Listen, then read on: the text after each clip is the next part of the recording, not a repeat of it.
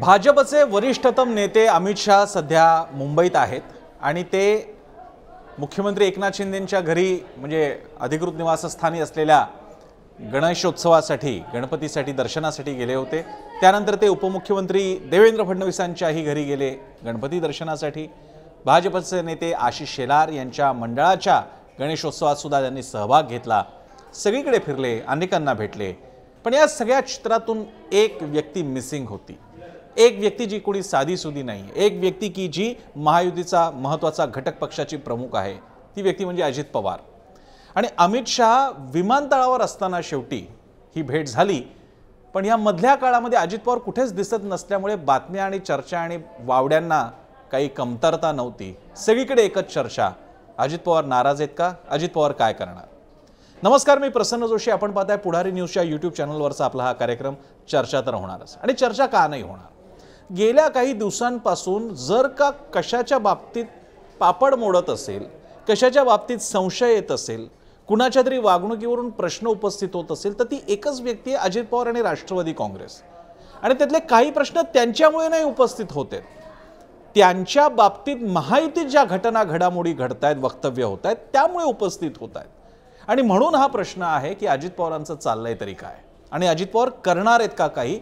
करणार असतील तर आता एक ताजा संदर्भ सांगायचा झाला तर आमचा पुढारीचा जो चर्चा तर होणारच, जसा हा आपला यूट्यूबवरचा कार्यक्रम आहे तसाच धुरळा हा चर्चेचा कार्यक्रम आहे, टीव्हीवरच्या चर्चेचा। आणि त्यामध्ये आज प्रवीण दरेकरांना आपण हाच प्रश्न विचारला। ते म्हणाले असं काही नसतं, आमच्यामध्ये सगळं छान चाललेलं आहे आणि अनेकदा आम्ही एअरपोर्ट लॉन्चमध्ये सुद्धा बैठका वगैरे घेत असतो, त्यामुळे तशी भेट झालेली आहे, त्याच्यात काही वेगळं वाटण्याचं कारण नाही।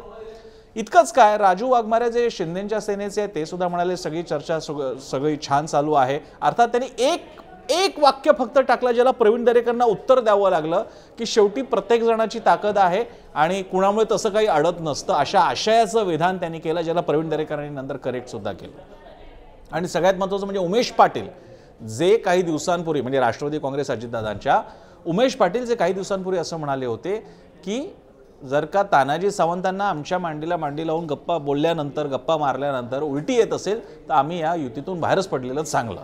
पण आज त्यांचा सूर एकदम बदललेला दिसला। ते म्हणत होते की कार्यकर्त्यांच्या पातळीला नाराजी असते, पण वरिष्ठांच्या पातळीला एकमत असतं आणि आमचं सगळं छान चाललंय। मग आता आपण बघूयात हे छान चाललंय का, काही आपण स्टेप्स बघूयात, काही घडलेल्या घटना पाहूयात। एक म्हणजे लोकसभेला अजित पवारांच्या पक्षाचा परफॉर्मन्स बाहेर आल्यानंतरच गोष्टी जरा बदलायला लागल्या, किंवा त्याहून मागे जायचं झालं तर महायुतीमध्ये जेव्हा अजितदादा आणि राष्ट्रवादी काँग्रेस आले तेव्हाच जाहीररित्या सेनेच्या आमदारांनी नाराजी व्यक्त केली होती की सगळं छान चालू होतं तर अजित पवार कशासाठी? अजित पवारांकडे अर्थ खातं आलं, त्यानंतर सुद्धा अजित पवार आमच्या खात्यांना म्हणजे शिंदेच्या नेत्यांच्या मंत्र्यांच्या खात्यांना पैसे देण्यासाठी हात आखडता घेतात, फाईल्स पुढे पास होत नाहीत, अशा प्रकारची टीका झाली। आणि अशा प्रकारची टीका होत असताना नंतर जाणवलं की भाजपच आणि त्यांचं काही सख्य नाही आहे। मग कुठेतरी ताफ्याला काळे झेंडे काय दाखवले गेले, त्याच्यावर नाराजी व्यक्त झाली। मग असे तानाजी सावंतांचं वक्तव्य येतं की मंत्रिमंडळ बैठकीत आम्हाला राष्ट्रवादीच्या नेत्यांच्या मांडीला मांडी लावून बसावं लागतं, पण नंतर आम्हाला उलट्या होतात। आता हा फार मोठा अपमान आहे। हे कुठल्यातरी सामान्य कार्यकर्त्याचं म्हणणं नाही आहे, एका जबाबदार मंत्र्याचं म्हणणं आहे की आम्हाला हे असं वाटतं। आणि ही काही भाषा फार कौतुकाने म्हणजे मतभेद व्यक्त करण्याची सुद्धा एक प्रवृत्ती भाषा असते, तशी वापरलेली नाही आहे तानाजी सावंतांनी।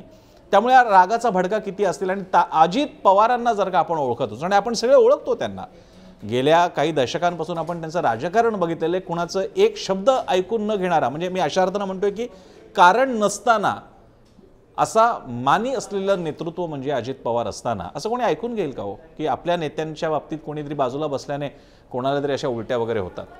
पण तरी सुद्धा अजित पवार काही बोलत नाहीयेत, काही चालत नाही। बरं, हे कमी म्हणून की काय? लाडकी बहिणीचा योजनाचा काय प्रकार झाला तुम्हाला माहिती आहे? लाडकी बहीण मुख्यमंत्री, अधिकृत नाव मुख्यमंत्री माझी लाडकी बहीण योजना आहे, त्याचं पूर्ण नाव आहे, आपण फक्त बोलता बोलता लाडकी बहीण म्हणतो। त्या बाबतीत असं दिसतंय की अनेक ठिकाणी शिवसेना आणि भाजप यांच्या कार्यक्रमात काही प्रॉब्लेम नसतो, एकनाथ शिंदेंचा फोटो भाजपच्या कार्यक्रमात असतो, सेनेच्या शिवसेनेच्या कार्यक्रमात देवेंद्र फडणवीसांचा फोटो असतो, अजित पवारांचा मिसिंग असतो। आता मला सांगा, मग अजित पवारांना जर का राग वाटला किंवा त्यांच्या भावना दुखावल्या तर त्यामध्ये टेक्निकली त्याच्यात पक्ष कोणाचा का असेना चूक काय असं वाटू शकतं, असं कोणालाही वाटू शकतं।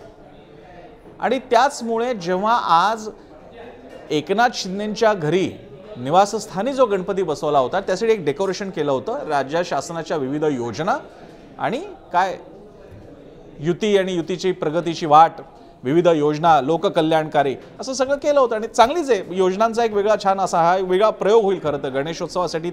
देखावा म्हणून, डेकोरेशन म्हणून, देखावा म्हणून विविध राज्य शासनाच्या योजनांचं माहिती, योजनांची माहिती, त्याबद्दल आलेल्या बातम्यांची कात्रणं. याच्यात एक खटकलं, बातम्या असो नाही तर फोटो असो, अजित पवारांचं नाव नाही, दिसतंय ते फक्त एकनाथ शिंदे आणि देवेंद्र फडणवीस. आता मला सांगा, अमित शहा ज्या दिवशी भेटायला येत आहेत, तुमच्या घरी येत आहेत, आणि लक्षात घेऊया, तुम्हाला कदाचित काहीच लोकांना माहीत नसेल, मुख्यमंत्री उपमुख्यमंत्र्यांच्या घरी भेटायला गणेशोत्सवाचं दर्शन, गणपतीचं दर्शन घ्यायला मोठमोठी माणसं येतात, सगळे पत्रकार झाडून येतात, महत्त्वाचे कार्यकर्ते येतात, पदाधिकारी येतात, विविध क्षेत्रातली माणसं येतात. आता मला सांगा, मुख्यमंत्र्यांच्या घरातल्या गणपतीच्या डेकोरेशनमध्ये, विविध योजनांच्या कव्हरेजच्या बातम्यांमध्ये अजित पवार दिसत नसतील तर काय करावं? ही बातमी पुढारीने पण चालवलेली आहे. आता हा किती थेट संदेश आहे की कुणाला टाळलं जात आहे. आणि हे जर का झाल्यानंतर मग जेव्हा दिसतं की अजित पवार आज दिसले नाहीत दौऱ्यादरम्यान अमित शहांच्या, तेव्हा प्रश्न उपस्थित होतो. आणि मग मीडियाकडे बोट दाखवणे, जे आज प्रवीण दरेकरांनी दाखवलं की तुम्हाला चर्चेचा धुरळा उडवायचा असतो, पण दरेकरजी कोणाला हौस नाहीये, नाही दिसले त्याला काय करणार अजित पवार. नंतर दिसले त्या बैठक, एक प्रकारची औपचारिकता पाळल्यासारखं झालं. प्रोटोकॉल वगैरे सोडून जे औपचारिकता पाळली, पण मुख्यमंत्र्यांच्या देखाव्या, गणपतीच्या देखाव्यातही फोटो नाहीये. हा संदेशही साधी गोष्ट नाहीये. हे वारंवार घडतंय, याची वेदना जर का त्यांना असेल तर काय करावं. आता ह्या झाल्या घटना. आता थोडंसं विश्लेषणाचा पुढचा भाग. हे उघड आहे की आत्ताची विधानसभा निवडणूक महायुतीसाठी टफ आहे. हे उघड आहे की आता वाटा मागणारे चेहरे आणि माणसं वाढलेली आहेत. बरं, ती नुसती 3 पक्ष आहेत म्हणून नाही वाढलेली. या 3ही पक्षांच्या सीट शेअरिंग नंतर, ते सीट शेअरिंग काय होईल हे आणखी महाभारत वेगळं. सीट शेअरिंगच्या नंतर जे नाराज असतील त्या सगळ्यांना सांभाळून घेऊन हे पुढे करायचं आहे. अशा वेळी भाजपला स्वतःची जी 2014ची टॅली 122, 2019ची टॅली 105, आणि ही टॅली जर का मेंटेन करायची असेल तर भाजपला 150 तरी लढवावे लागतील. एकनाथ शिंदेंचा आत्ताचा मूड, ॲग्रेशन आणि मुख्यमंत्र्यांचा पक्ष असल्यामुळे ते सुद्धा कमी जागांवरती काही समाधानी होणारे नाहीत. 3 आकडा तर त्यांच्याही मनात असेल, त्यांच्याही पक्षाच्या मनात आहे.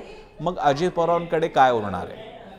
आणि याच्या जोडीला एक छोटासा रेफरन्स आहे, तो राज्यपाल नियुक्त आमदारकीचा, ज्या बाबतीत बातम्या अशा आल्या ज्या भाजपनं पूर्ण नाकारलेल्या नाही आहेत. 12 जागांपैकी 6 जागा भाजप आणि 3 जागा एकनाथ शिंदे आणि अजित पवारांना आहे. आणि याही बाबतीत राष्ट्रवादीच्या, म्हणजे अजित पवारांच्या राष्ट्रवादीला मतभेद आहेत. त्यांचे मतभेद आहेत, त्यांना पूर्ण ते मंजूर नाही आहे, मान्य नाही आहे.